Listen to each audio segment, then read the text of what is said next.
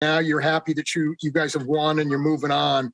But just curious if you have a sense in this moment what an epic game this was, that people are probably going to be talking about this one for a long time.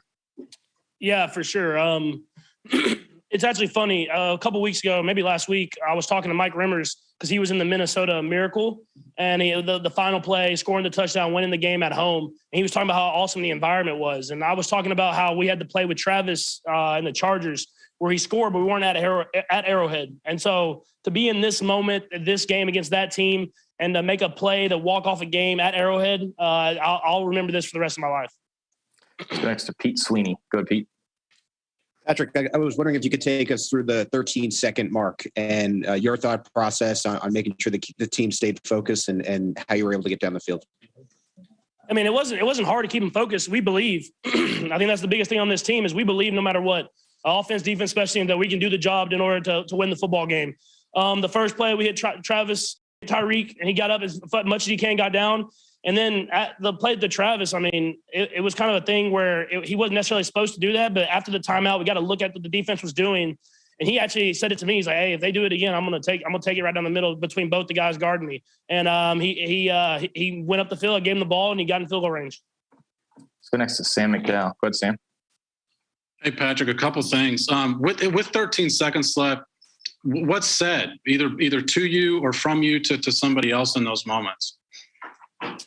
I think it's just we're gonna go get in field goal range. I mean, that's all we could do at that moment was try to find a way to get in field goal range, and we have that belief. We have the belief that we're going to do it. If you take it back to the year we lost the AFC Championship game, we got in field goal range in like 18 seconds or something like that. You have to have that belief. If you're not going to go down fighting, then you don't deserve to be here. And we knew that if we could just give ourselves a chance to get in Butker's field goal range, he was going to knock it in, and he did. Let's go next to Todd Palmer. Go, Todd. Hey, Patrick. Andy said that when you went on the field, he said when it looks grim, be the Grim Reaper. I just want to get your thoughts on Andy's advice there and what you think of that as a possible nickname. Yeah, I mean, Jesus. He shoots us confidence. I mean, everybody on this team, he keeps bringing you confidence week in, week out, every single day. And that's what he said to me. And I mean, he talked to everybody. He said, "Hey, we're going to go do this. We're going to get in field goal range. We're going to get points."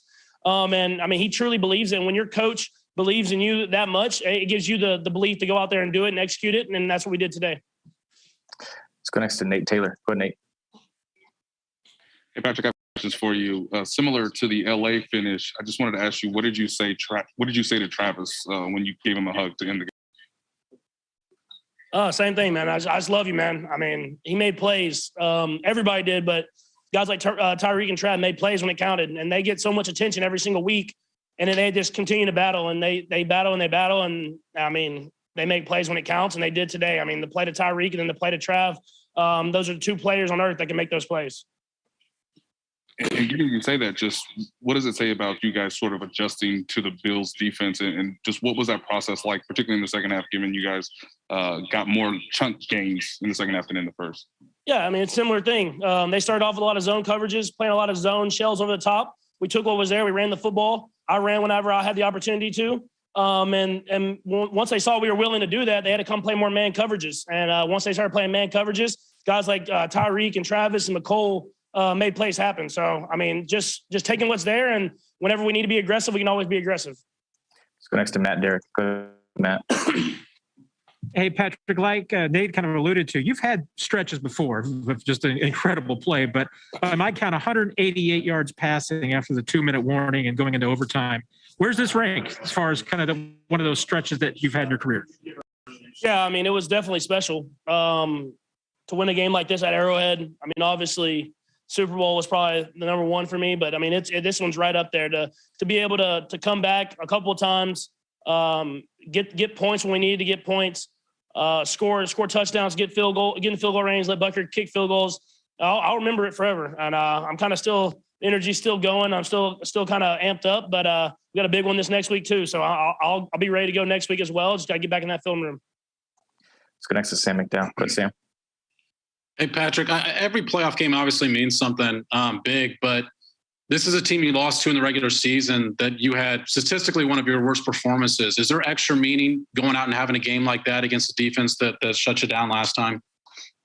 Yeah, I mean, you definitely don't want to lose to the same team twice. That'll give you a long off season to think about. But that's a really good football team that we're going to play. I mean, we played in the AFC Championship last year and played them now in the divisional. We're going to play this team a lot. But to be able to go out there and execute and win a game against a great football team that has a great quarterback and a great defense is definitely it takes everybody, and I think that's what it did today. Take two more. We'll go Darren, then Jory. Go ahead, Darren. Hey, Patrick, obviously you have yet to play a playoff game on the road and you be at home. What message would you have for Chiefs fans next week to play the same type of role that they played in tonight's game to help you all get over the hump to get back to the Super Bowl? Yeah, I would just say that we love the support that they show us. I mean, we have such a home field advantage because of them. And them bringing that energy week in, week out, especially in the playoffs, continue to be out here, be the best fan base in the entire country. And Arrowhead is going to be rocking. The last to Jory Epstein. Go ahead, Jory. Patrick, a few years ago here, Brady had that first chance in overtime. You never got the ball, lose in overtime in the AFC Championship. What does it mean to be in a similar situation, make sure the other team doesn't get the ball? And does it make you think about that rule at all?